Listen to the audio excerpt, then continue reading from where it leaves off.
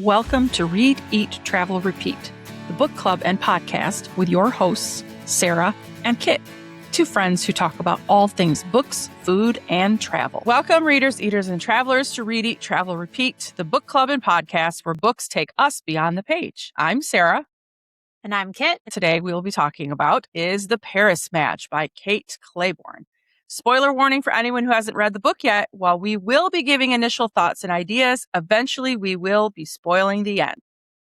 And we'll let you know when we get to that point, so feel free to listen up to then, hit that pause button, go read, and then come back once you finish the book. Also, as always, we are adult readers who say adult things. I have some thoughts on this one. I do too.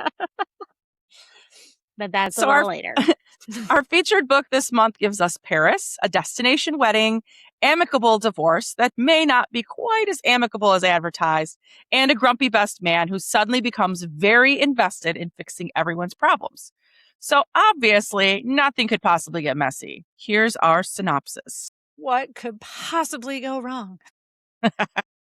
A woman tests the limits of her so-called amicable divorce when she flies to Paris for the destination wedding of her former sister-in-law, only to butt heads with the deliciously gruff best man in a poignant and romantic novel by Kate Clayborn. Physician Layla Bailey has spent over a year telling herself she's moved on from a painful but amicable divorce from her college sweetheart. Staying friends with her ex seemed like the mature thing to do, but when Layla is invited to her former sister-in-law's destination wedding in Paris, where Layla once spent her own romantic honeymoon, she knows her commitment to maturity might be her worst enemy, especially since her ex isn't attending alone.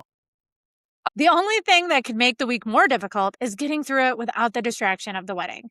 But when what Layla thought was a harmless conversation about choices of her younger self leads to the bride getting cold feet, Layla finds herself facing down the groom's mysterious, taciturn best man, Griffen, who will do anything to make sure this wedding happens. Since she broke it, Griff demands she help him fix it. Going along with his plan to alleviate the engaged couple's doubts seems like Layla's best chance at maintaining a good relationship with a family she once called her own. But as she learns more about the past heartbreak that's driving Griff to help his friend, she gets closer and closer to confronting the true depth of her own pain while finding herself more and more willing to risk it all again for Griff. Dun, dun, dun. By the way, as I was reading this book, Griff to me is Brett Goldstein from... Yes. He is. Yes. What's his character name in Ted Lasso? Roy. He is Roy Kent. He is pissy. That is he is such grumpy, a good call. But he's such a teddy bear on the inside. Every time I was like picturing his voice where he's like so gruff and everything like that. I'm like, that is Griff. That is 100% Griff. So yes. Anyway. I did not have a specific image in my head when I was reading it, but that is so spot on. Especially the voice of just like, why are you so grumpy all the time? Right. But right. Obviously we find out why. But... We do. Yeah. My reaction is Marianne was right. She told us a few months ago after she read that she thinks Kate Clayborn is a very underappreciated romance author. Yes. A lot of she gets skipped over. I totally agree. I absolutely loved it. She is one of those authors too who there's a lot of story to this romance. There's so much story. It's not just sometimes a good romance is great when they're just jumping in and out of bed, but this one had a lot to unpack on top of it. Tons of growth by both characters and not a hurried ending. I did not think. Agree. That is I was like, ooh, one of my biggest complaints. And I know there's one of the things in here that you probably loved that I also loved about the end that we will get to, but yes. One of my biggest complaints about rom-coms in general is that I always feel like the resolution comes too quickly. Not that it isn't the right ending, but it's like we have all this buildup and then it's like, and then they lived happily ever after. And you're like, did they though? Yes. Did they? Yeah. This one does not have that. This has the pacing on this I thought was perfect. Because like you said, there's lots of depth in the story. I was viewing it as, how people are always like, they've got their layers like onions. I felt like this book was like that. Yeah. Because every time I formed an opinion about a person or an incident or an issue, you would peel back another little layer and you'd view it from a completely different perspective. Yeah. Yeah. And it took almost the entire book to get to the heart of who these characters are and why they're interacting the way that they're interacting. Yeah. A lot of my notes were like, why is this guy such a douche? Like, what's wrong with these parents? And then 3 or 4 chapters later, you're like, oh, okay, that's why. I get it. I get it. I thought that was so like masterfully done. Yeah. And it did have a lot of like my favorite things, just generally. I love a grumpy sunshine.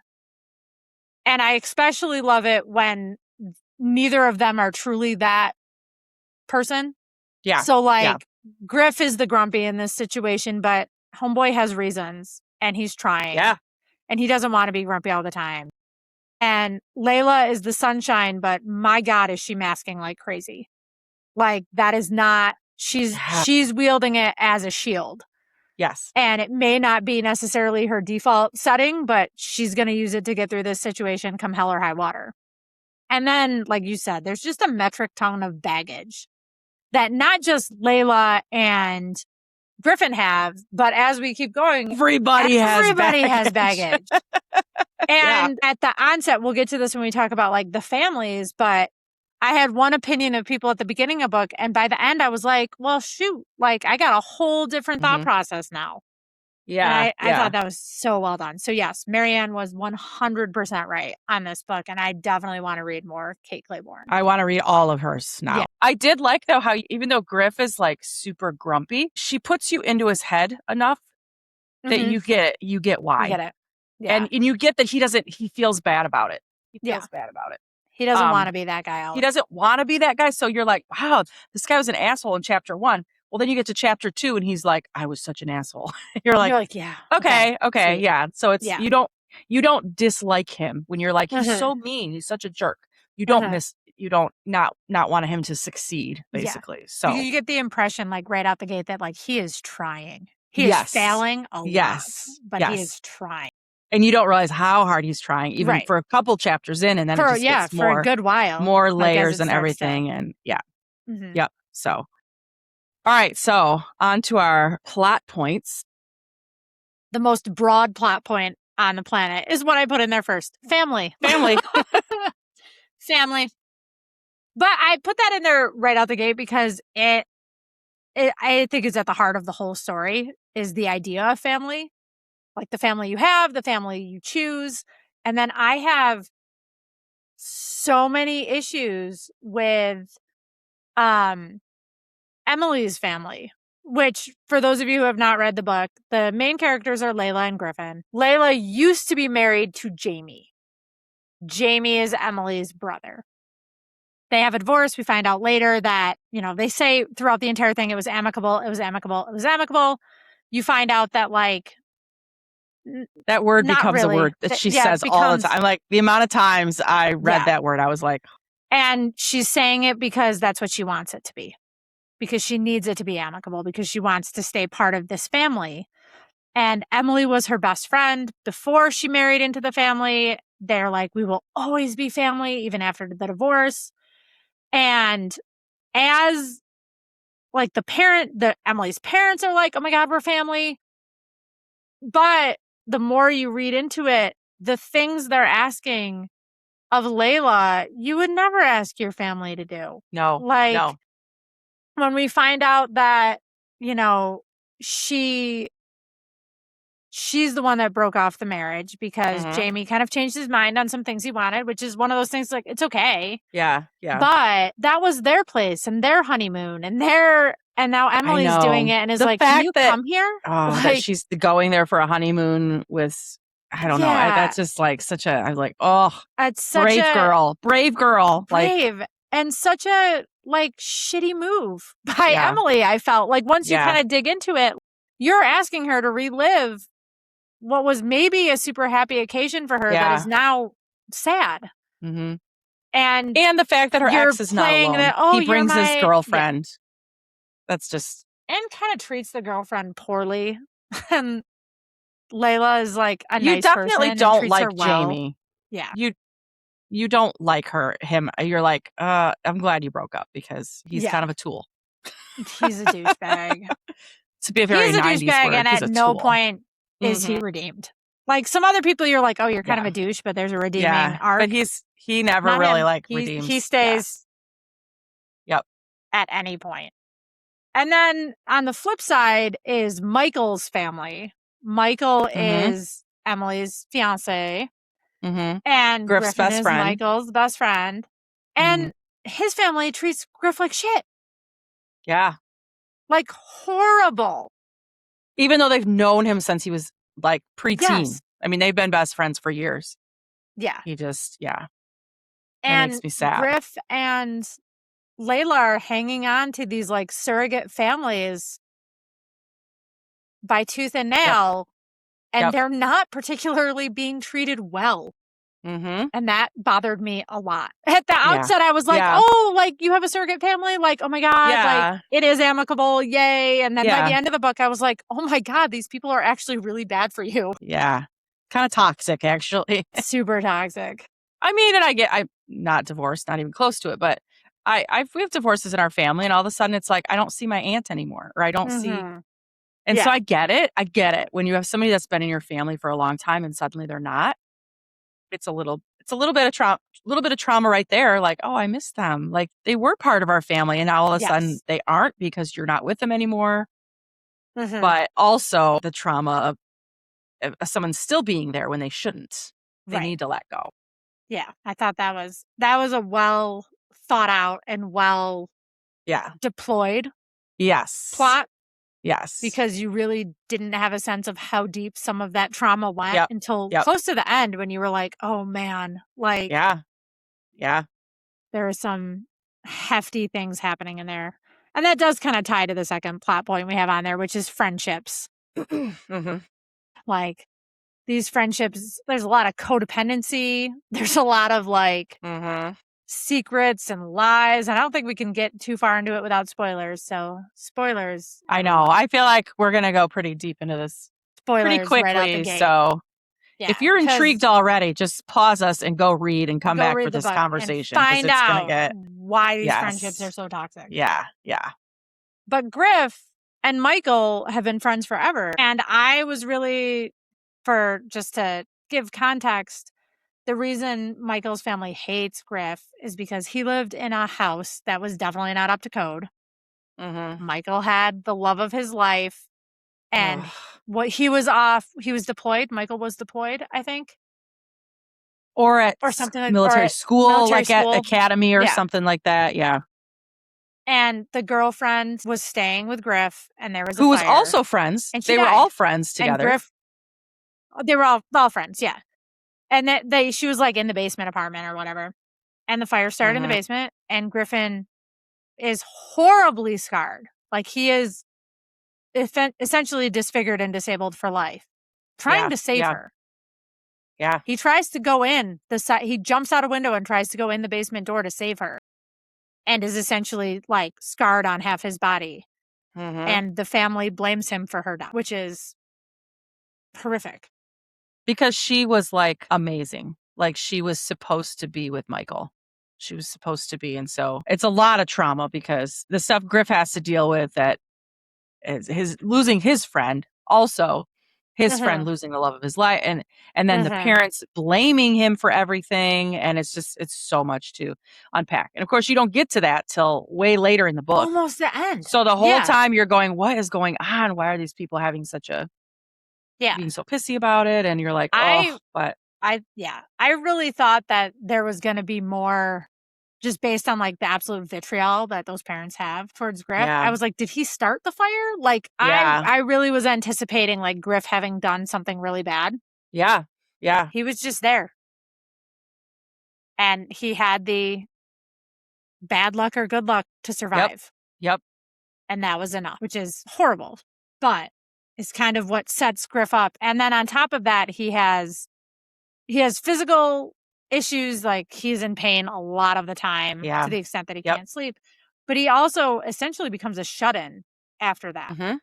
He does not go out. He doesn't travel. So him going to Paris, like when you're like, why is this dude so fucking angry all the time? Yeah. Because he doesn't leave the house.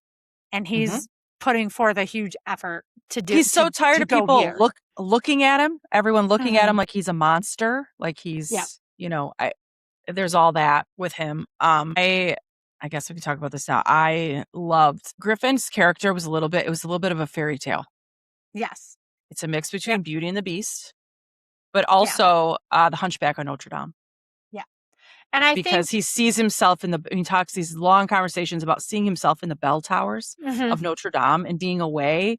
And it's because he's so tired of people looking at him, which is what Quasimodo's issue is. People look at him weird because he's disfigured and he just feels safer in this bell tower by himself. And I'm like, dang, like. And I thought Clayborn did a really good job. I wrote it down because I was like, oh, I want to remember to say this. But there's a little bit of how Griff views himself versus how others actually view him. Because he does have that kind of gruff personality. It's kind of mysterious, especially if you don't know him. And then there's Emily's best friend, Rosie, who's there, that is immediately attracted to that whole vibe. Yeah. And for her, when she says, I'd let him be rude to me, he's got a real beast in the castle vibe. Yep. For her, that's a positive. That's cool. But Griff even can't see that in himself. He only can view it as this is a disfigurement that will make other people either afraid of me or not like me or disgusted by me. And so he views himself as like, I should be locked in the bell tower. Yeah. Meanwhile, Rosie's out here like, I'd climb it like a tree. Like, what are we doing here? And I don't think Layla describes him as that when she first sees him. I feel like it takes you a bit to even realize that Griff is disfigured. Because she visibly talks disfigured. About, his handsome face. And I mean, granted, she's only looking one, but she does not run from him. Like, she's not like, ooh, he's ugly. Stop talking to me. Like, she's, And I think it helps that her first interaction with him on the plane is him coming to her defense. Yes. Which she describes him right out the gate when she finally is with Emily and Michael, oh, he was super heroic that day. Yeah. Because there was a medical emergency on the plane. Another, Layla is is she a hospitalist in this? Hospitalist, yeah. Yeah. So when, they say, is there a doctor on the plane? She's like, I got this. She helps this girl get through her issue, but another passenger is being a total dickhead. And Griff is like, if you don't sit down and shut up, we're going to have a problem. And because of his presence, the other person's like, oh, okay. And in Layla's eyes, her first impression of him is that's someone that stands up for people.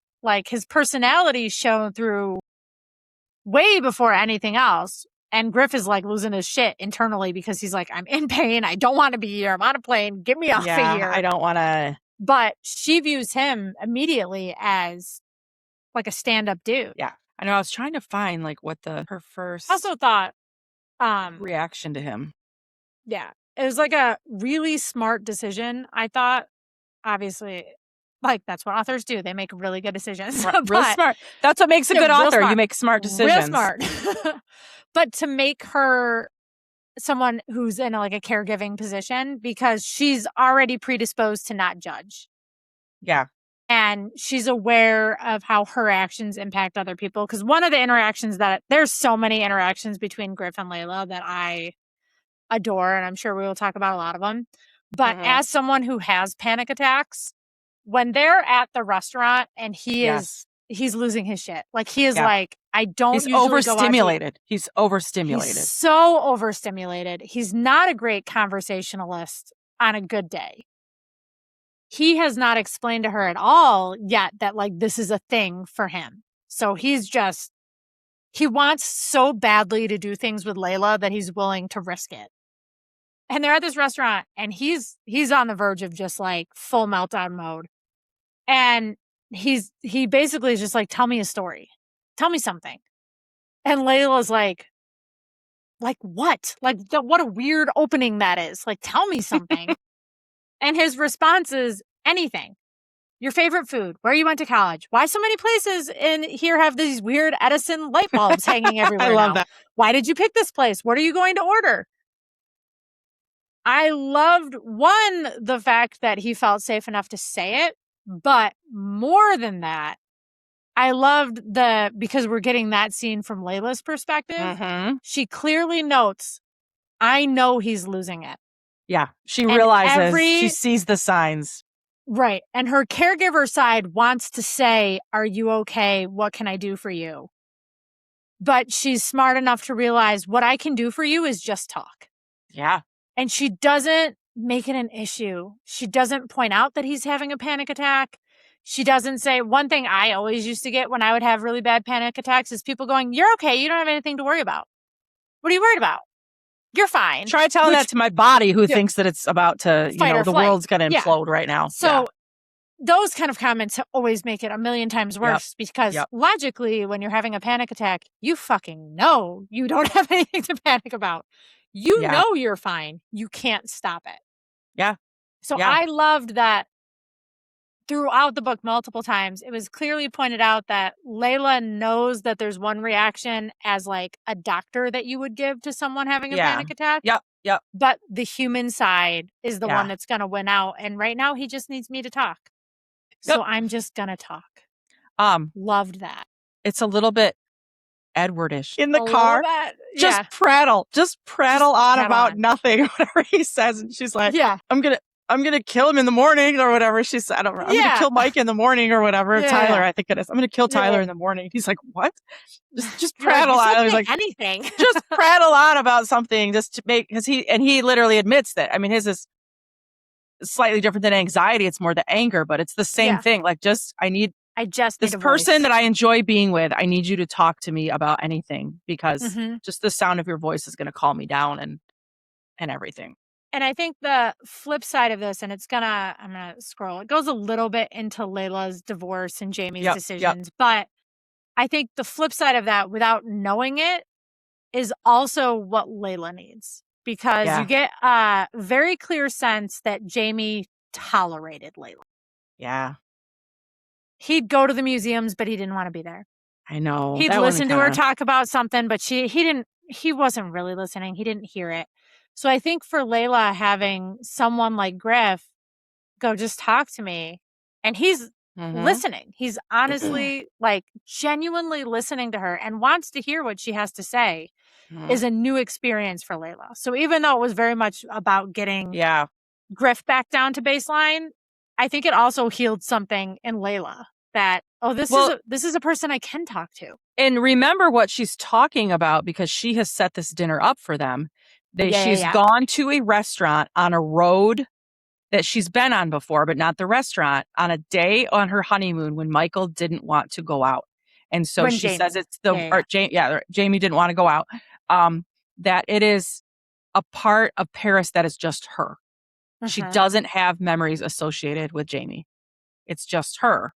And Griff notices that, some of those things, and sees how she's talking about it. And that this is like a memory for her because it's a good memory because it's not like, tied. I'm not, it's not tied to her ex in any way, other than he was tired and wanted to stay home and I went and wandered and it was wonderful. Yeah. And I love how he notices that. Paris as like a character all of its own. Yes. Because prior to that, at least the way I was reading it, Paris was like this kind of like just a place you had to be. Yeah. Like, I went on my honeymoon here. I can't remember if either of us have it in here as a quote, but I think you put it in here. I did. I think when I put that one. Do you want to read it? Read it. That's a good one.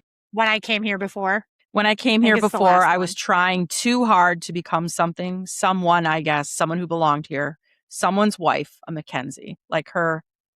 Yeah. Her realizing when I came, I was trying to, because he basically grew up in and around Paris. Because his mother is French and they have French cousins. And I think she said, I was trying to be, this man's wife worthy that also loves France and Paris and everything, and realizing that she needs to just be her, Yeah. And I think for the first chunk of the book, it felt like Paris was just a place to be. Like, I agree. It was just like, we're in Paris. It was a location. Yeah. And they mentioned places but it was always through the lens of, well, we're going on this day tour because it's what Emily wants to do for the bachelorette, whatever it is. Like, well, the whole family's going to dinner over here. We're going to the spa, this, that, the other. We're hitting this museum. But it was very deeply attached to Emily and Jamie and the Mackenzies. And then there's this little shift when like they're like, we got to get out of here. They leave a scheduled event of the wedding party and they just hit the streets of Paris and they just wander. I love how they call it that. Wandering. We're just going to wander. We're just wandering. We're just exploring and wandering. They don't even say the exploring. It's all wandering. No, they're just wandering, which is such a great way to put it, where you're like, you don't know where you're going. You don't have a goal. You're just going to wander around and see what's interesting. Yeah. But it starts to create Paris as its own character, because now we're seeing places that are just Layla's or just Layla's and Griff's together. Yes. And it's just, even the way it's written about goes from being very clinical. We're like, we're at this museum. Here is this thing, blah, blah, blah, to the way the lights are. I hear the water. Like, the descriptions amp up. Yeah. The more that it's just the two of them, and you're like, oh, Paris is like a thing for this book. Because prior to that, you could kind of set it anywhere. Well, and I kept thinking too, just in terms of Paris and France. I'm not insulting anyone from France. Anyone in France is probably not listening to this, because Parisians don't like Americans. They don't. I think with good reason. Yes, because Americans can be assholes when they travel, and they are not always kind. I feel like Kate Clayborn probably has a connection to Paris somehow, or France, because she even says at one point, I think it's Griff that mentions, I said bonjour because that's what you say in Paris. Yeah. So, slight side story. Long before I was a teacher, I worked for a travel magazine. And I used to have to call. I love that. It was a group tour magazine is what it was called. So groups that take buses and places. And I would have to call all over the continental United States and Canada to get them to send me, because this was like kind of pre-internet, guys. Like, I'm a little old. We're old. You couldn't just Google things. The internet existed. Everyone had websites, but we still had a lot of brochures. So I would call all these places and ask them to send me, like, can you send me some information about group tours? Is it a good place to go? Do you offer? And one of the first things I learned, because I used to have to call Quebec, that was part of my territory. Always, the French people are very proud of their language. They want you to at least say hello, goodbye, please, and thank you in French. If you do that and then switch to English, they are much kinder to you, because they shows that you tried, that you recognize that they have a different language. And so I learned very quickly. I'd be like, bonjour, my name is Sarah, and I'm calling on behalf of Group Tour Magazine. I'm interested, blah, blah, blah. Merci beaucoup. Like, my French is terrible. My accent is terrible. And I loved that she put that in there. And then it makes Paris, they make it sound so magical, because it's not always to people. And like you said, I think that Parisians have a good reason to not like Americans, because they're annoying and when they travel sometimes, and demanding, and they're not always polite. Well. And I found, because I've been to France, I've been to Charles de Gaulle Airport. That's my extent of Paris. And I did not have a good time. I got in a mini fight with a Parisian bathroom worker. Oops. We were like on our way home, flying through Charles de Gaulle, and I had washed my hands, and I'm looking around, and the paper towel is out, and there's no like air dryer. And so I start shaking my hands like this, and this janitor is like, and I was like, there's no paper towel. I'm not trying to be rude. Like, I was so annoyed. I'm like, God, this is why Parisian. And I'm like, yeah, but I spent time in southern France last summer, and it was magical. The people were magical. The people were so kind and so willing to share their culture that I'm like, I could see the Paris as a character. I was like, yep, I definitely, I loved that. So, yeah. And I like that it's kind of what tied them together. Yes. That gave them all those little opportunities where they wandered, gave them a common history, a common memory, apart from why they were there. And I think not always going to the big things. They went to the littler things, which I think is what most people appreciate if you're in a tourist city. Yes, you got to see the big things, but also come explore what our side streets are like. Yeah. And that kind of thing. Yeah. So like when he takes her to that parfumerie, which my French again, it's terrible. So loved that. I was beautiful. I was like, that is so Paris. But small scale, not like go to the big factory that everywhere you can get this stuff in. No, Just you're a going to go shop. here and you're going to pick your own scent. Yeah. Kind of thing. I was like, that's really cool. For All right. sure. We went like way off a little bit. We did always. That's fine. We always go way off. Well, I feel back like, kind of with the trauma we have up here. Yeah. I felt a lot that Griff was always comparing himself to art, which was really cool. Especially at the Rodin Museum. Yes. And I am totally a person that would wander around an art museum for days. Like, I love a good museum. I went to college one of the times.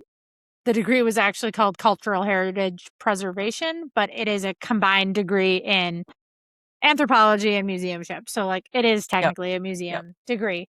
I love a museum. And I half the things I highlighted in this book were art pieces to look up. What is it? Same. And not like, Same. the big ones. Like, I know the Mona Lisa. But like, what are the other ones that you like? Yes.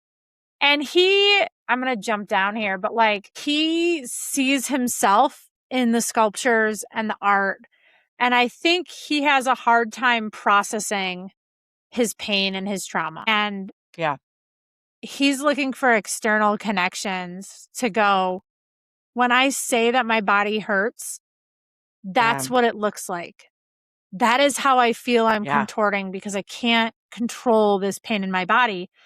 And the written descriptions of what he was looking at, like I've seen The Winged Victory of Samothrace, but where's the one that he was talking about there? The Three Shades. I had no frame of reference for what that sculpture was. And he doesn't describe the sculpture beyond there's three men and the one all the way to the left as you're looking at it.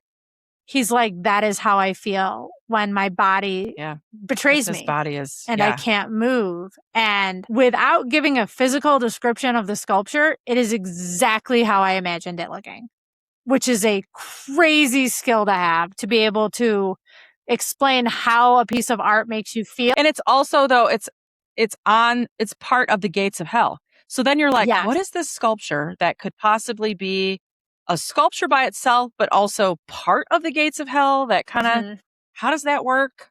And it's perfect. The gates of hell, I was shocked that, like, when they said that, I was like, oh, like, what? Like, because for that same college program, my capstone project was the devil in pop culture across the history of the world. Was my very, very large capstone project. Yeah. But it talked about, like, how is the devil and hell represented in Dante's Inferno, all the way up to at that, because this was several years ago. How is the devil represented in TV shows like Supernatural, or no, what was the other one? There was another really good show that the devil was like literally Lucifer. The show was called Lucifer. Lucifer was represented in Lucifer. Yeah. Literally about the devil. Literally about Lucifer. Literally. And everything in between. So I did reference the gates of hell in that project, and I had looked, like, I remember all the bits and pieces of the rest of the door. And for whatever reason, this was probably 10 years ago, that sculpture at the top did not stick with me. But when they described it in this, I was like, oh, like, as someone with chronic pain that understands a flare-up will take you right out. Yeah. I was like, I can't believe I didn't make that connection then that I'm making now.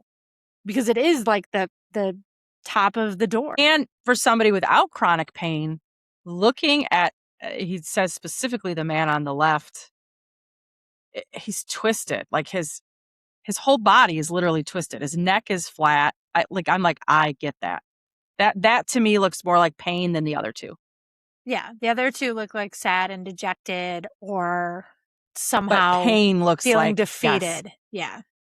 Because his head is so far over. Yeah. It's weird. And it's stretched so far out from that shoulder, which is like, when that muscle seizes, you can't do anything else about it. You can't. Yeah. And I did like... And their hands are abnormally large. Yeah. Mm-hmm. And he feels that way. Which gives like a weight. That to me, and because their arms are down and their hands are so big, it's like weighing. Like they're literally Yeah. heavy. Like my arms are heavy Mhm. and I can't. It struck me that he was, and at that point, like, he's talking about how, like, I tried to go to therapy, but, like, you know, it's helping me get out into the world more, but I don't think he's dealing with the underlying trauma.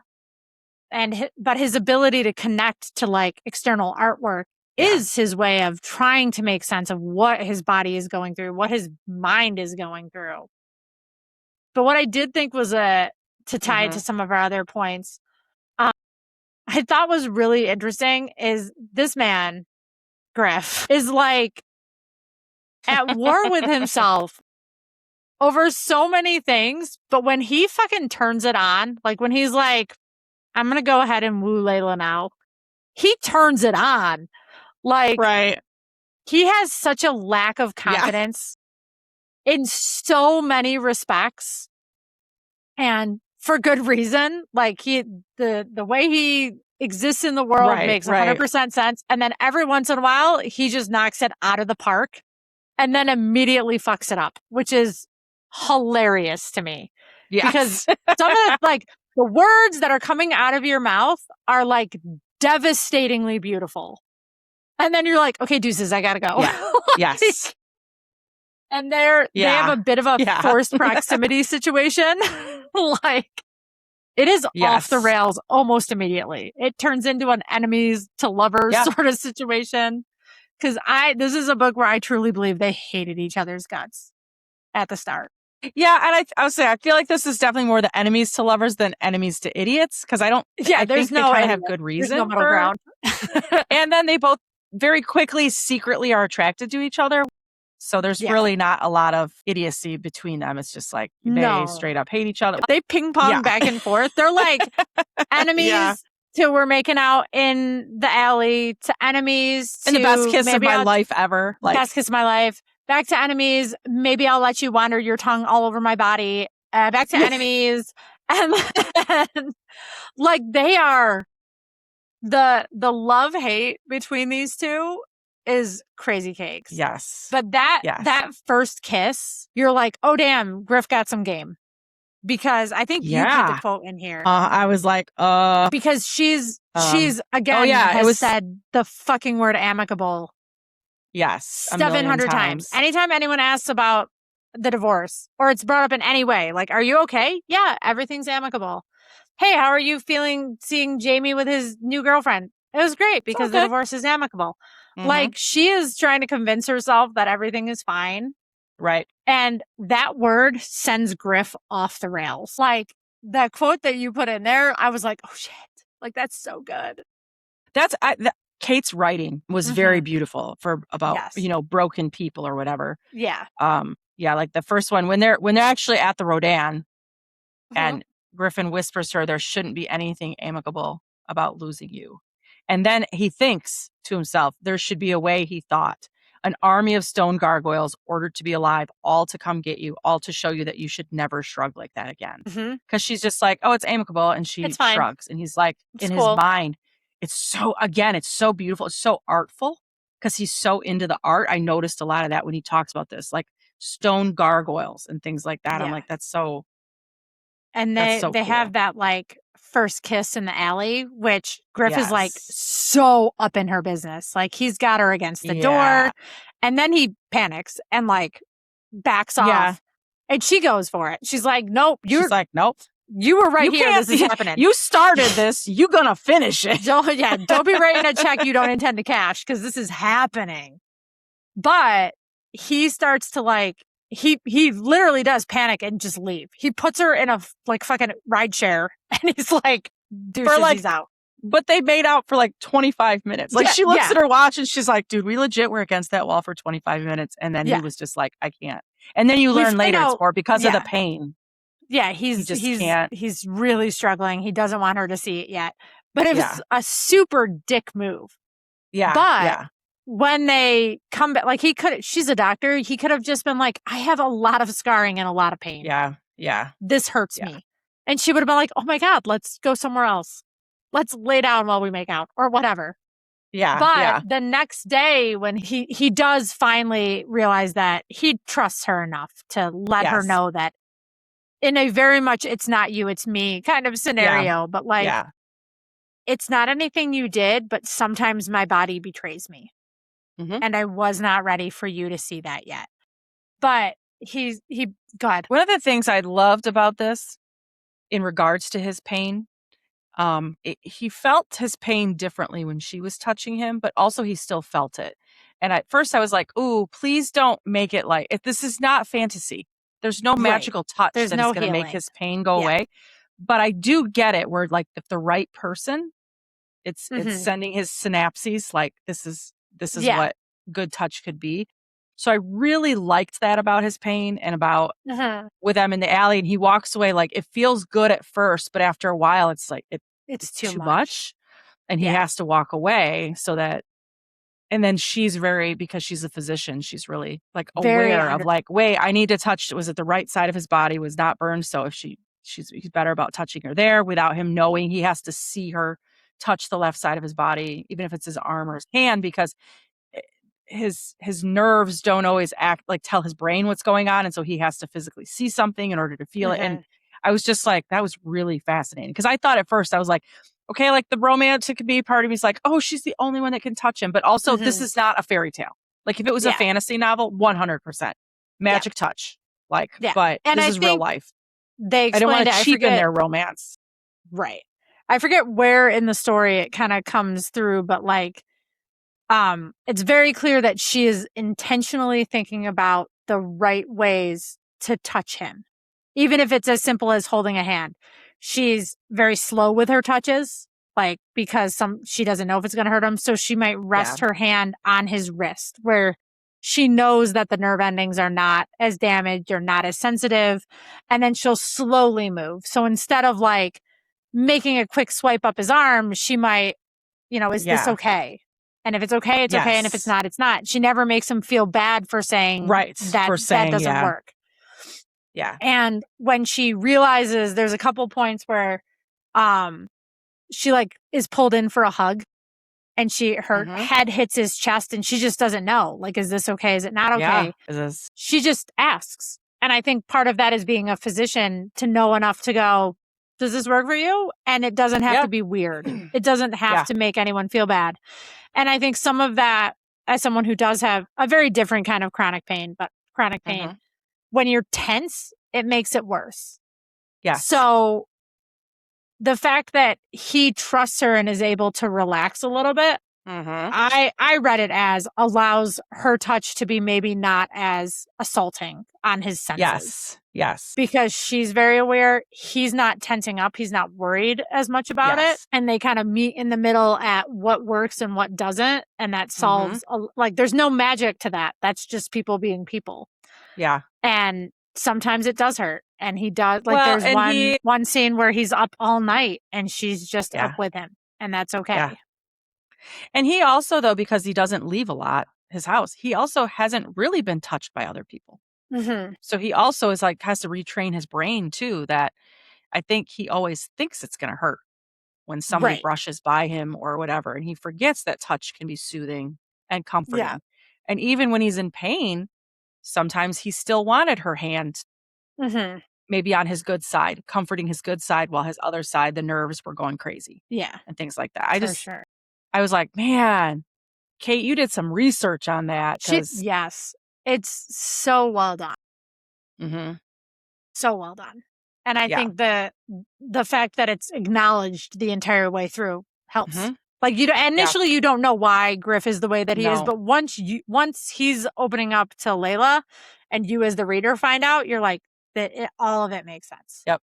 And I think you put this quote in there too, the whole world remade. Yeah. I think hits on multiple levels. When he's kissing her, and again, it's her writing. It was such a disorienting feeling of having the whole world remade. Like he initially thinks of it as a word, because I think the word he talks about is this, like we are doing this, we are doing this. Yeah. And then realizing it's bigger than the word, it's the whole world being remade.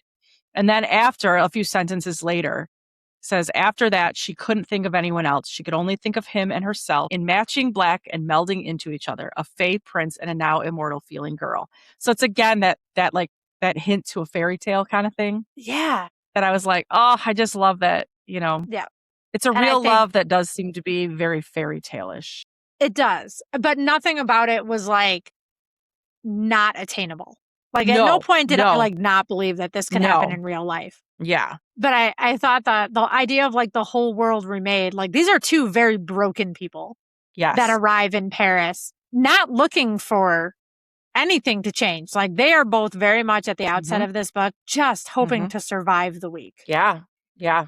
And it goes off the rails almost immediately. And then it really is survival mode for the both of them. And what they find instead is a bit of salvation for both of them. Yeah. And they kind of both realize it about halfway through their life. Yeah. This is something. Yeah. And I like that the third act breakup isn't really a third act breakup either. I was going to talk about that too. That's what I hate a third act breakup. I know. Like, I know it's necessary. It happens every time. To an extent. But also, it doesn't have to be a breakup. It just, I mean, for them, it was more of the week is over. Right. And we're moving on. But also, then they spend some time healing themselves. They got to get their own shit together. To get themselves ready. I love at the end how he texts her every Tuesday. Yeah, I forget what does he text her? If she would do it all again. Would you do it all again? Because she says something earlier in the book. Every week she says yes. Yeah, about she would do it all again if it meant basically being in Paris with him. Yeah, she would go all through Jamie again and all that trauma. If it meant being here, and that's just their only communication. Yeah, that they that have. Touch point that. Yep, I know you're not ready yet. Yep, but you're waiting, and waiting's not even the right word because they're just working on themselves in a weird way, working on themselves. We're still connected. Yes, she realized she has this work that she has to do about her divorce. That she did say goodbye in Paris eventually, and truly realized she was saying goodbye, but also thinking what her next step is in terms of her job and everything. Funny story. My father-in-law did that for several years after he retired from the hospital. It was locum tenens. I was like, I actually know what this is because he actually did it for like 10 years. And he finally learns that, he got used to her touch, so to speak, but he needs to get out of his house. He needs to move on. And so he finally goes to the pain clinic and deals with it. And he has dinner with his mother every Tuesday. And not out of obligation, but because he feels okay going out. And I love that he meets the kid at the model train stop. Yes, like he's learned how to travel too. Like he learned if I start here and I can stop here and I'm comfortable.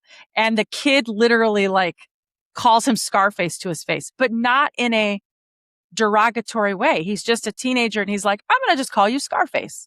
Teenagers are the meanest loving person ever. Yeah. Like teenagers but he doesn't will say mean it, the meanest fucking shit to you. As someone but not as an insult. We both work with teenagers. They are brutal, but only to people that they feel comfortable doing it. Right. Some of them are just mean to everyone, but some of the meanest shit comes from the kid that would be like, that's my favorite teacher. Yep. Exactly. And then they'll be like, you looking hefty today. You're like, come on, man. I know. Knock it off. Yeah. And he learns that hobby of putting trains together, which is good. Something with his hands that he has to do. And so I love that there was all that healing between both of them before they finally meet back up again. And even then, there's no rush. Yeah. And I like that so we have the third act. So I'm going to call it a separation. It's like a separation. It really was, they don't break up. At no point do you think they they're were really not getting together. Yeah, but they're going to figure their shit out. But I did like that it also tied through the kind of a B plot to this entire book. It's like the impetus to everything is that Layla is talking about her divorce with Emily. And she says something along the lines, in retrospect, she realizes that in just talking about the divorce, she kind of gave Emily cold feet. Emily's like, oh my God, I don't know if I'm ready for this.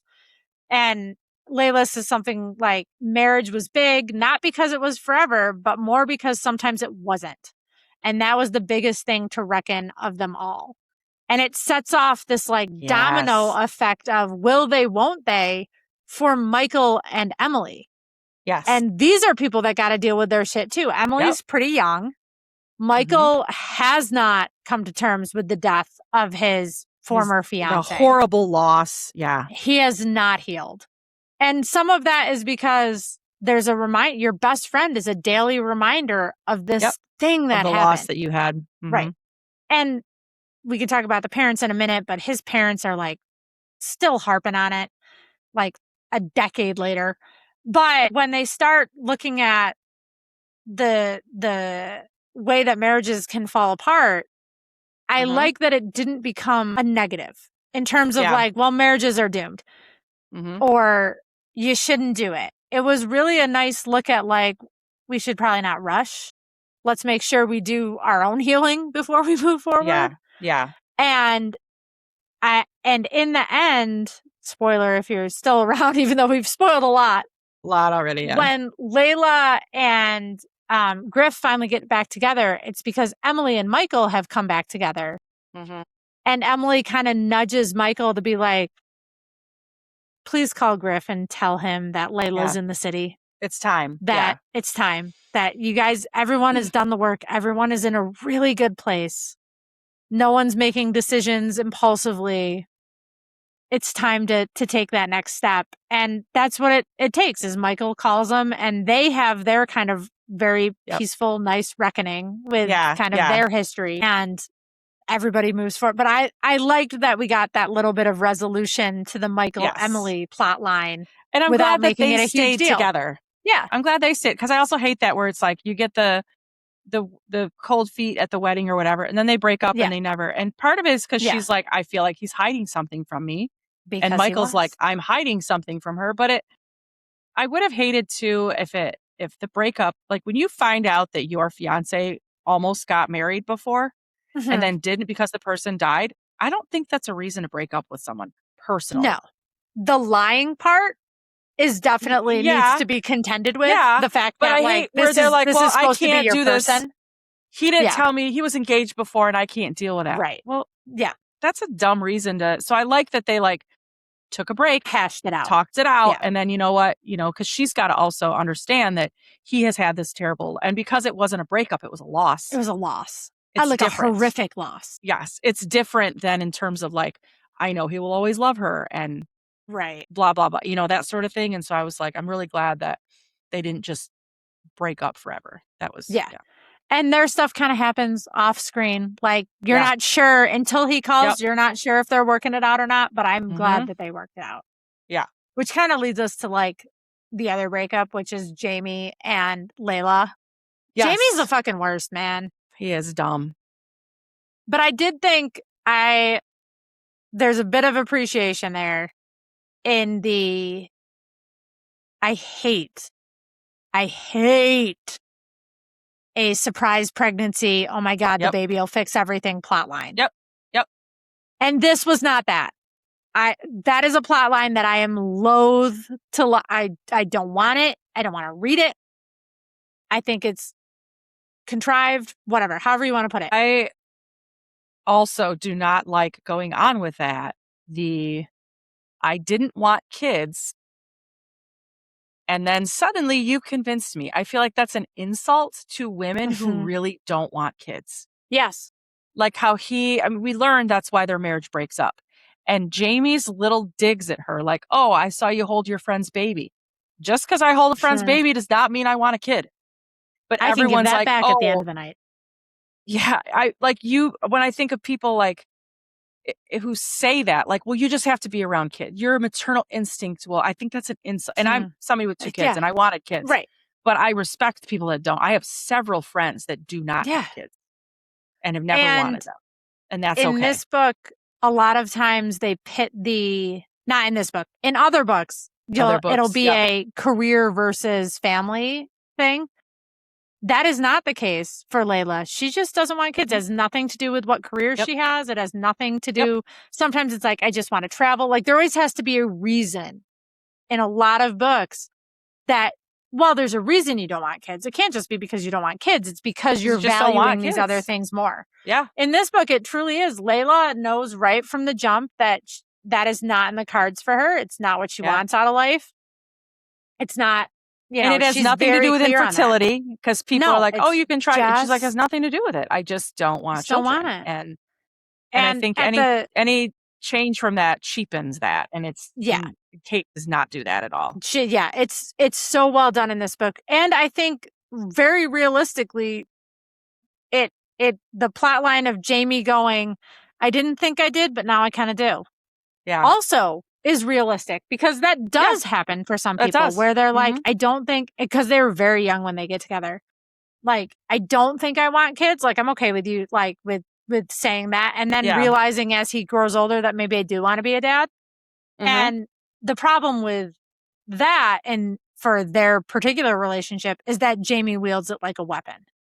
Yes. As opposed to going, we want different things now and having it truly be an amicable divorce of going, we want different things. Maybe we should go different ways. And he's basically like, well, you're the one that left me because you didn't want kids because that's something we decided. That's not me changing my mind. You're making it sound like I'm the one that changed my mind. I also liked then that, and I know that this does happen in real life, but it makes it sound too fairy tale-ish that maybe you didn't want children with him, but you want children with someone else. So I was really glad when Griff is like, I never wanted kids either.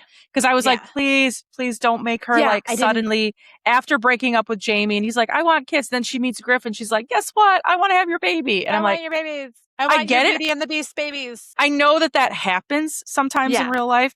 And it may be for different reasons other than maybe the person didn't really know they want it. Some women just realize later. Yeah. They're like, when they're 30, they're going, maybe I do want a baby. When they're 20, they're like, hell no. Absolutely not. And I get just that, the person you're with, you're going, I could never imagine raising a child with that person. And then you meet a different person and you're like, you know what? And you're kind of like, wait a second. So I get that happens, but I think that's not the norm. I'm glad this didn't go and that so way. I knew I was like, oh, Kid is loving this. I was waiting. Conversations about the pregnancy tropes and the wanting kids and not wanting kids. And it's totally fine. I mean, and it doesn't mean you don't like kids either. Because I work with a couple teachers with a lot of kids do not have children of their own. Yeah.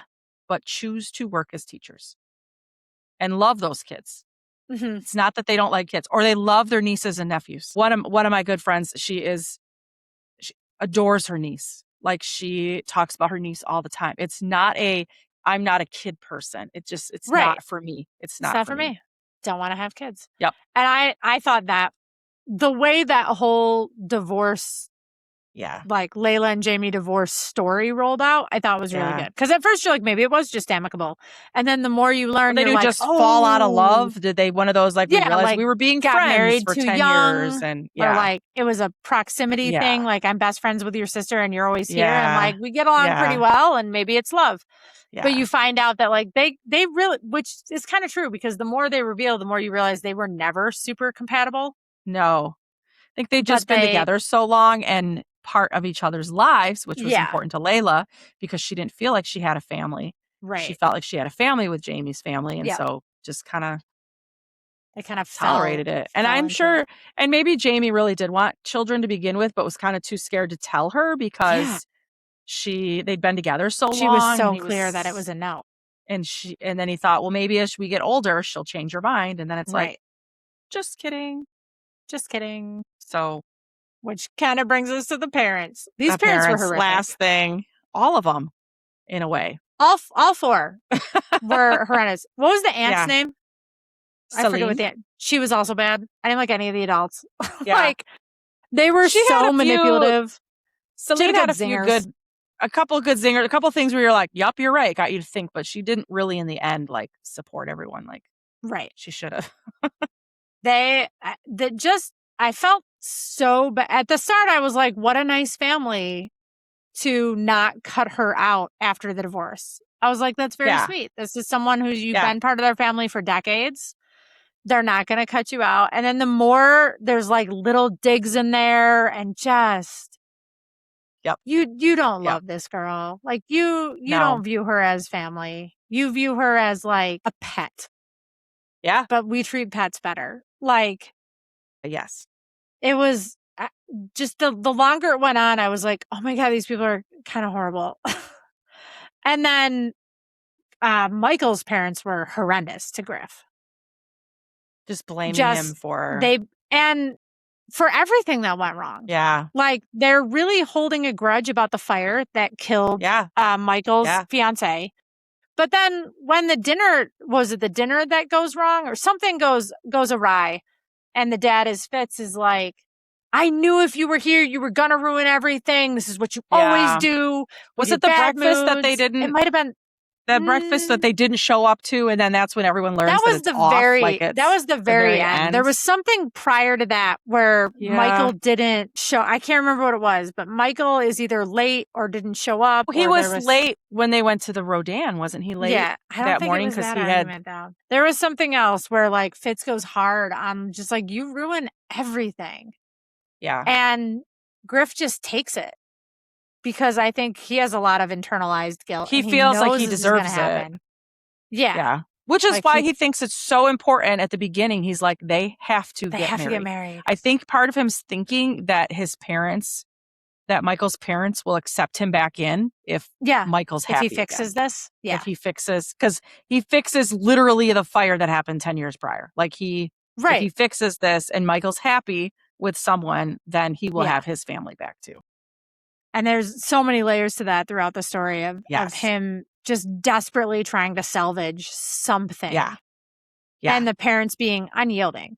And that's another point where Layla notices that, like, I got to get Griff out of here. Because they were, like, scheduling, like, a surprise dinner. And Layla's like, Griff and I already have plans. This is not gonna, And I forget if it was Michael or if it was, I think Emily says something to Layla, like, she thinks she's inviting Griff out as like a best friend. Like, I'm saving you the stress of Griff coming to dinner with you. And Layla's like, Griff is a really good guy. Like, what the fuck, yo? Yeah, what are you talking about? Yeah. Yeah. So there's all these like layers to like the parents just making everything miserable and uncomfortable for everybody involved on multiple levels. Shady. I feel like we should end our little discussion about the plot points on something happier than shitty parents. So I'm going to go with the one quote I haven't read yet, which is after their first kiss, when Griff finally like admits to the fact that like, I'm in pain a lot and I was a dick last night, but like he uses the gates of hell because they've been at the art museum. So he says something along the lines of, I feel like a lot of the times I'm walking through the gates of hell. And that's how I felt when I walked away. When I put you in that ride share and had to walk away, I felt like I was going through the gates of hell, physically, mentally, like he was going through it. But he says, before that, for me, it was heaven. Like, come on. Like, yeah. Like, could you be more poetic? Like, come on, man. He loves her almost immediately, I feel like. He doesn't know what to do with it, but he loves her right out the gate. Yeah. He sees how kind she is. And I think that that's going back to like, I mean, I've not read ever the real Hunchback of Notre Dame, but I mean, even the Disney version, like that's his Esmeralda because Esmeralda was kind to Quasimodo. Yeah. And even the references to Beauty and the Beast, which is a movie. We're a sidebar. I love Beauty and the Beast. Yeah. So much. And Same. the whole point one of my favorite fairy tales in general. Yes. The whole point is that Beast is cursed because he never looks beyond skin deep. It drives me up the wall that in the story, at least the Disney version, Belle is the one that learns the lesson because Belle's like, I love him anyways, even though he's a big, hairy beast. What Beast learns is that he's worthy of love. It's not quite the message I think they were aiming for, but it's the message they landed on. Yeah. But in this story, it's the same thing that in this scenario, both as a human and physically how he looks, Griff does not think he is worthy of any sort of love or affection. And Layla shows up and doesn't see any of that. Like she knows he's disfigured. She does not care. She sees that he's an asshole and she's not gonna like put up with it. So she doesn't like cower before him, kind of similar to Belle and the Beast. And in the end, she does kind of teach him that like, shut the fuck up, dude. Like, you're worthy. Like, there's no reason. You got a lot of work to do to believe it. Yeah. But you don't have to convince me. And that hits that Beauty and the Beast piece. And you don't have to live in the bell tower, man. You're fucking hot. No, she even says it like a few times. When he takes his shirt off, she's like, there's scars over there, but like Holy mother of God. Like, wow. Like, you're kind of ripped. You're kind of ripped. Doesn't she say that? Something like, you're pretty fit. Like, she's like, Fit. holy fuck, Yeah, man. she's like, you're really fit. Like, you're really fit. And he's like, yoga. I do a lot of yoga. I do a lot of yoga. Hilarious. Like, she really shows him that, like, all these things that you're putting on yourself are not what I see. And I think he sees through her kind of facade, like, pretty quickly too. Like, she's trying so hard to put on a show, and he's like, that's a really sad girl. Yeah. And she doesn't deserve that. Mm-hmm. Mm-hmm. Which brings us to all the places these two. There's a lot. Star-crossed lovers. I don't know. What would we call them? It's not really star-crossed. Jilted. No, that's not it. Yeah, not star-crossed. Yeah. I don't know what to refer to them. I know. And they this see is one a lot book of where Paris together. They do. And this is one of those books, sometimes we've talked it's harder to find a location, but this one, because the location is kind of the character, there's a ton in. But they also talked about some of my favorite things that I want to see in Paris. Like that the reason I would go there is more than the Eiffel Tower. Yes. Sorry, France. I have no desire to see the Eiffel Tower. I've never been to Paris. I've never traveled internationally, unless you count Canada. Across the old St. Lawrence River. We would take our boats across the river from New York into Canada. I have kayaks to your islands.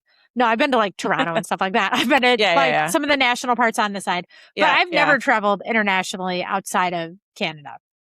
But when I think of places that I want to visit, France as a whole is maybe not something where I wouldn't be like, I want to visit France. I want to visit Versailles so bad. Like, and then just to wander through the museums. Mine is the Rodin Museum.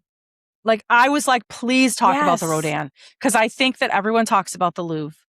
And I don't, and my husband, I have no desire to see the Mona Lisa. Time. Yeah. I know it's small. I know it's behind a little glass thing, whatever. My husband has spent a lot of time in France when he was younger, in Paris. He did, I think I told you this, he did a bike trip with his dad. Oh, yeah. They biked from Paris down to the Mediterranean. And he was always told me about the Rodin, and he was like, you would love the Rodin Museum. His house, he was growing up, I don't know what happened to the statue, but he has a miniature version of the kiss. Ooh. It's probably like 10 inches high. That was always at his house. And I hope his dad still has it. And I used to just look at that. It was so beautiful. And then to know that the real one is at the Rodin Museum, I'm like, I need to go see that. Because I always used to look at him. There's something about it that's just so beautiful and intimate. And so that for me, I think that's even how she described it. Because when they're at the museum, Griff has convinced Michael came late. Griff has convinced him to like, we gotta get there or whatever. But Griff does not come in initially. He is outside in the gardens. And Layla is so affected by the kiss. Yes. And everyone assumes it's because like she's standing on one side of the sculpture. Jamie and his new girlfriend are on the other side of the sculpture. And everyone assumes that she's like heartbroken. Like her reaction to it is one of loss or like jealousy, because she, in theory, Rosie doesn't count because Rosie is getting it from everyone, including the rideshare driver. That she's the only one that's not kind of like paired up with someone, because they for whatever reason cannot possibly believe that her and Griff would get together. But everyone assumes her reaction is one of jealousy and sadness because she's so affected by the kiss. It's not. It's when she looks at that, because her and Griff have already had their first kiss. She's looking at that going, I finally know what it's like to be kissed like that, with that kind of passion or with that kind of care and love. And it's not jealousy. It's a longing for her. Yes. And she immediately goes outside and looks for Griff. And I forget what is he looking at the 3 shades when she finally finds him? I think so. And she says she watches him look at the sculpture for a little while. She's like, she doesn't say anything. She just watches him view the sculpture. And she wonders to herself. She says something like, I wonder what he's thinking about when he looks at that sculpture, because I can tell it's affecting him as much as the kiss affected me. Yeah. I found the part where she finds the kiss and it says, oh no, Layla thought immediately because there was no way she was hiding her reaction to this. A reaction of so specific to today, to this morning, to seeing something in the light of the sun that she'd done with Griffen in the dark of last night. Like, oh my God. Kate Clayborn. This is beautiful. That Kate sculpture Clayborn. it was how it had felt to be kissing Griffen. The two figures looked so beautifully alone atop the great slab of marble, the shape of which was nothing specific, really, a chair or a rock or a cloud. It didn't matter because only their kiss matters. In this room, in this world, in this universe. She was bereft. That's how it felt to look at this sculpture this morning. That's how it felt to look at it without him. Yeah. Like, and they don't go back to look at it again together, right? No, they do not. No. Because he pulls her into what the other statue. Like I would love a scene, Kate Clayborn, if you were listening. I would love a scene of the two of them doing a museum together.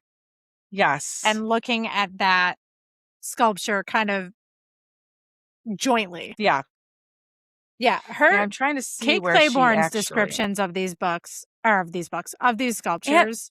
And the art, it tells me, I pulled up her website. On her website is a picture of Paris. Her background for her website is Paris. And so it tells me that she probably is very, something in her heart about Paris or whatever. Or maybe it's because this is maybe that's book. like her heart place. Who knows? But I'm just kind of she clearly has a connection because she brings out what everyone likes about Paris. And again, since we're talking about locations, we get derailed a little. But the fact that she talks about the Rodin Museum is a lesser museum for the Louvre. The line is never as long, everyone says.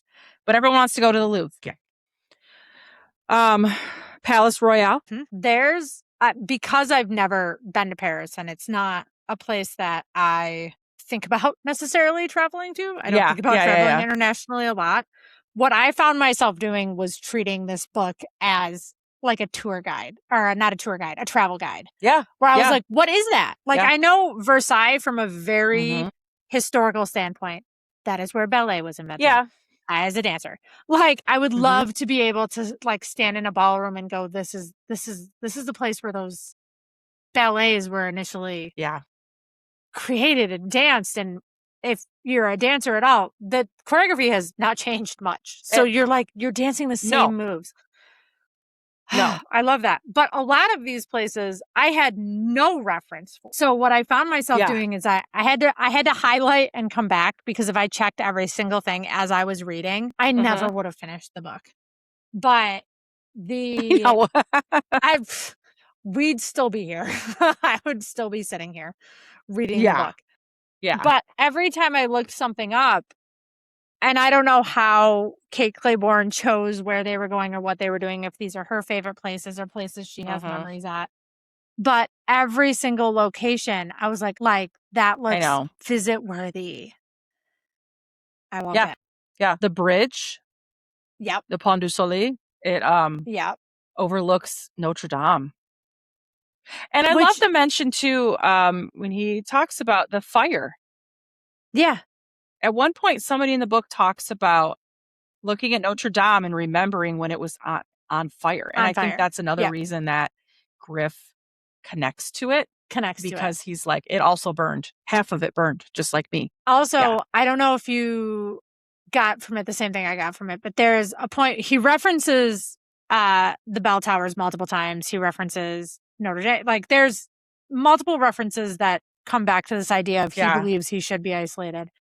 Later on in the book, he points out again, he goes, they're way over there, which in my mind, I was like, oh, he's removing himself a little bit. Like, he's starting to feel about himself differently, and he's appreciating the view for what it is, as opposed to going, that's where I would isolate myself. Like, he's creating this intentional separation by going, it's over there. He doesn't feel called to it the same way he did earlier in the book. And I was like, I don't know if that's the actual intention or just what I took from it, but I was like, I see. Yeah. All right. To the food. French food. Food. France, you know how to do food. I don't care what anyone says. It's grew up. Sorry, mom and dad, if you're listening. I grew up without very diverse food. of any kind. I ate very bland. Like when my students make fun of like, that's white people food. I ate white people food. The very typical, like, no, there was no seasoning involved. There was no like delicious sauces. So as an adult, I'm 44. As an adult, I keep like discovering new foods that I just was not like exposed to. And I really liked reading this book because there was so many foods mentioned that I could then go. Yes. I live in northern Colorado. France and Paris are so known for their food. Like French food is so good that yeah. I made a point to look up like somewhere to go this past weekend that was like a French bakery or a French cafe, and there's one right in town. It's called I have no French accent, so I deeply apologize. It's a crepe place, and it's called La Creperie. That sounds horrible with my accent, my upstate New York accent, but they do breakfast and lunch and have an in-house bakery. The food was insane. So I tried to order only things that were mentioned in the book. So I ordered crepe. I had a lemon crepe with raspberry coulis on top because they talked about like fruity crepes. Obviously had a croissant. I had, we got a baguette.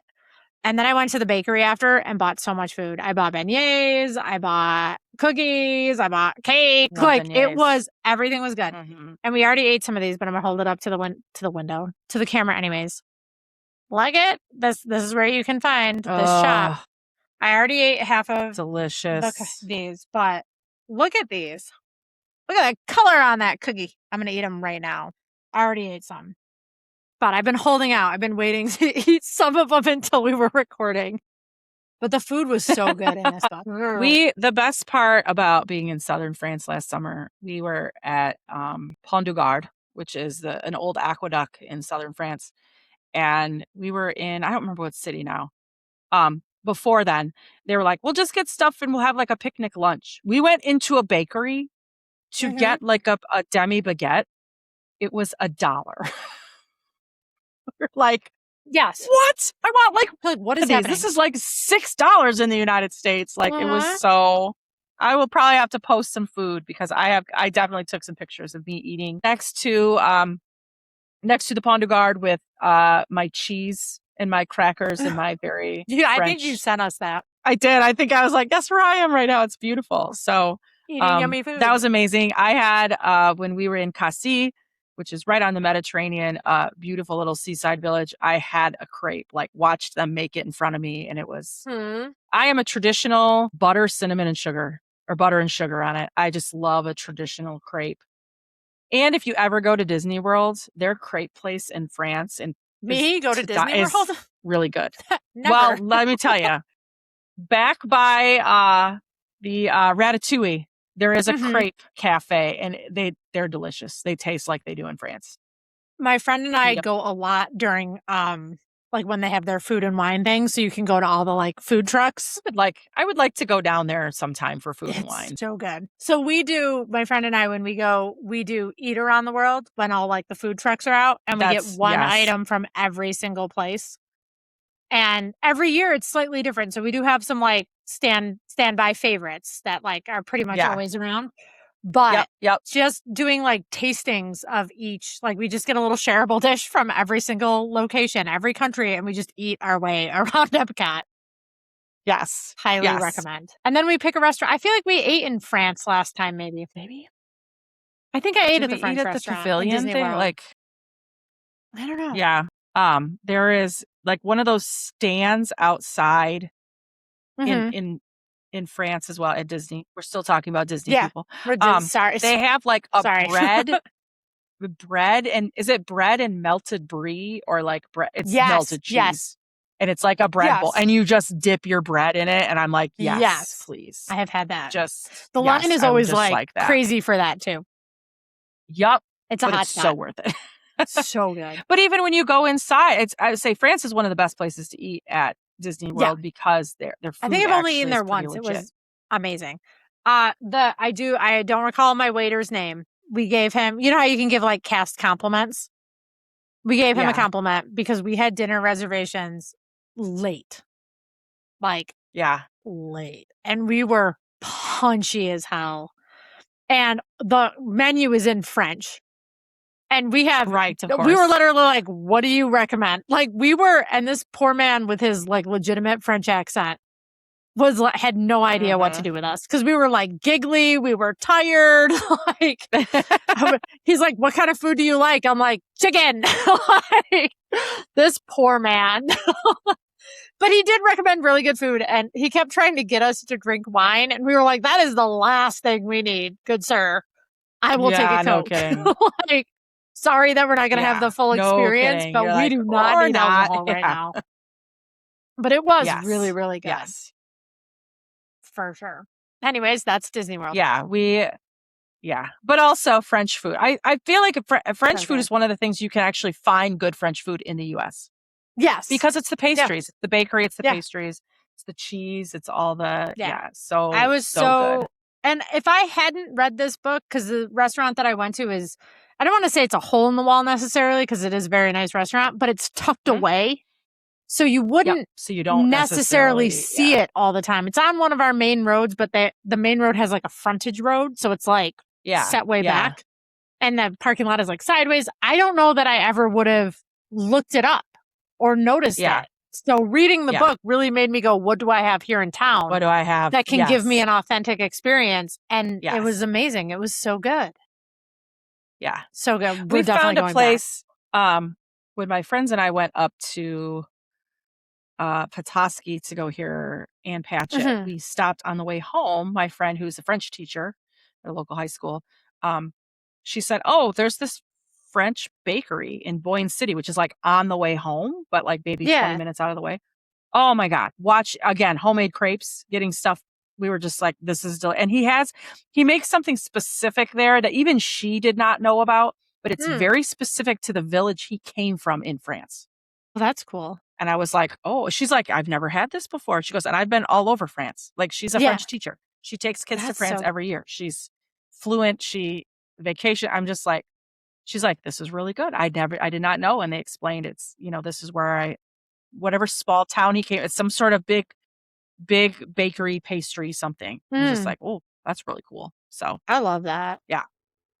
So lots and lots and lots of really good food in this. I mean, so much good food, so many good locations. We will have many posts about foods and recipes, and So this was how about really, our really final solid choice? Final thoughts.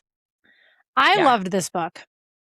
I love a good rom-com, like on a good day, and I sometimes struggle with books that are set in like different locations. If I just don't know enough about the location to get into it. Like they're saying things and they're going places and I'm like, I don't know what we're talking about.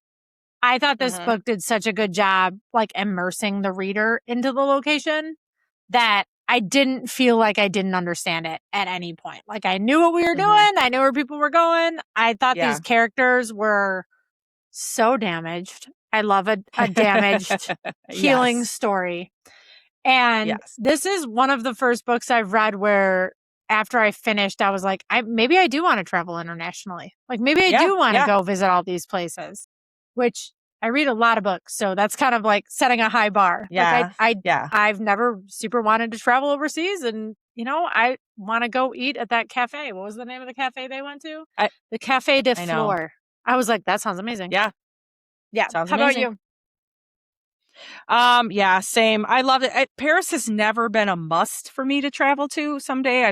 I've heard most people, in addition to people not liking Parisians not liking Americans. I totally get it. I've heard things like the city is dirty. It's too touristy. And I was not looking forward to last summer when I went to France. It was this country I was looking forward to the least. And it was the country I loved the most. Yeah. And so between that and then reading this, the way she talks about Paris made me want to go to some of those places. That, yes, it'd be cool to see the Eiffel Tower and the Arc de Triomphe and all that and the Louvre, but I don't even know that I would go to the Louvre. I would go to the Rodin Museum. I would go to Montmartre and see the Sacré-Cœur and see the Moulin Rouge. Yeah. Like, that whole area is like, I'm obsessed with Moulin Rouge. So I would, same. I would be the most obnoxious if if there was ever an American that they would hate, it would be me because I love Moulin Rouge. Yes. And I would not be able to not sing my way through the whole musical. I know. As I was visiting. I would be that guy. Yeah. So this book definitely reminded me of all the things I would like to see at least once. I technically have seen the Eiffel Tower. I saw it from an airplane. When you fly into Charles de Gaulle. That actually is pretty cool. That is kind of cool. I'll have to find the picture and share it to you. I have a picture and you can see the Eiffel Tower. It's like this big. It's and then on the other side is the Arc de Triomphe. Because they're all in like across each other. It's kind of cool. And it's funny how small it looks when you see the whole expanse. How big Paris really is. Yeah. It's not just the Eiffel Tower. I mean, it's cool, but So, which does when you read this book, you realize there's so many more little nooks and crannies to explore. Yes. Besides those centralized, or the more talked about places. Yeah. This is a solid choice. And I definitely recommend to everyone. Kate Clayborn as an author. Yeah. I'm going to order something else from her this month. 100%. I want to read all of her books now. I loved her writing, loved all of that. Well, it's time. It is time now to reveal our featured book for September. Here are a few clues. Number 1, add a handsome, reclusive veterinarian landlord, a house full of broken-hearted guests, and one very appropriate named Come Back In. Clue number 2, when life falls apart, why not turn your house into a B&B specifically for people whose lives have also fallen apart? I believe that's called Misery Loves Company. Misery Loves Company, exactly. And of course, a fresh start always begins with a breakup and a desperate attempt to keep a beloved Colorado mountain home. Colorado. Have you figured it out yet? This is me waiting for our audience to maybe oh my God, I do know this book. Our September book is called The Heartbreak Hotel. It is by Ellen O'Clover. So grab your copy, check into the Comeback In with us for a little bit of heartbreak, some healing, and maybe another chance at love.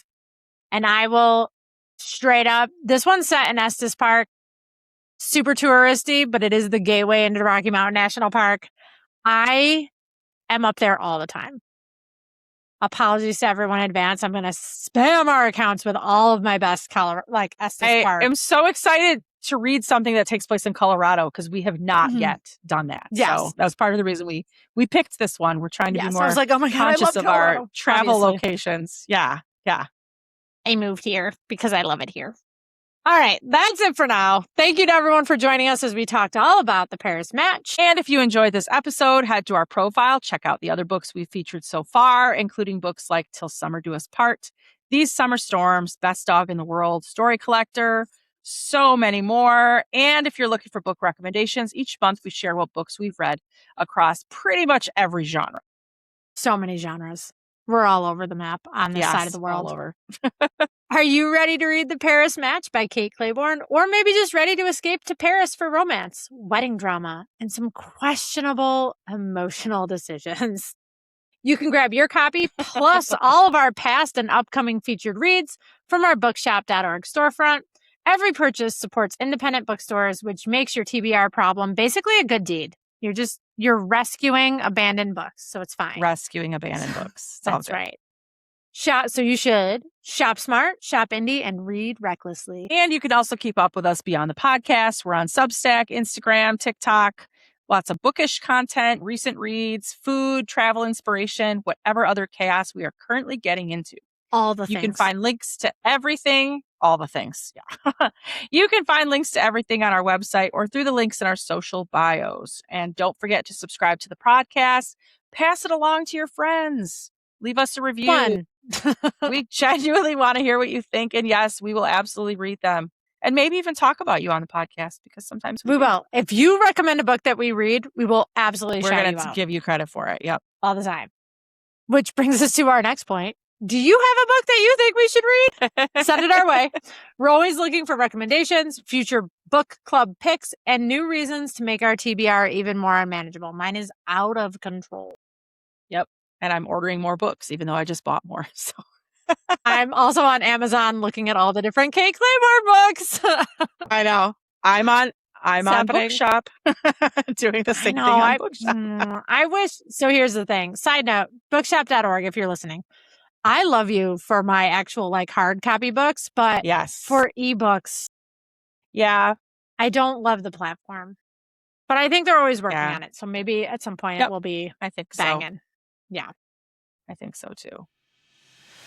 So until next time, keep reading. Keep exploring. And don't forget to pack the some snack. snacks. That was really good. That was about the closest we've been so far. Yes. We're getting there. We're basically experts at We're there. talking in unison.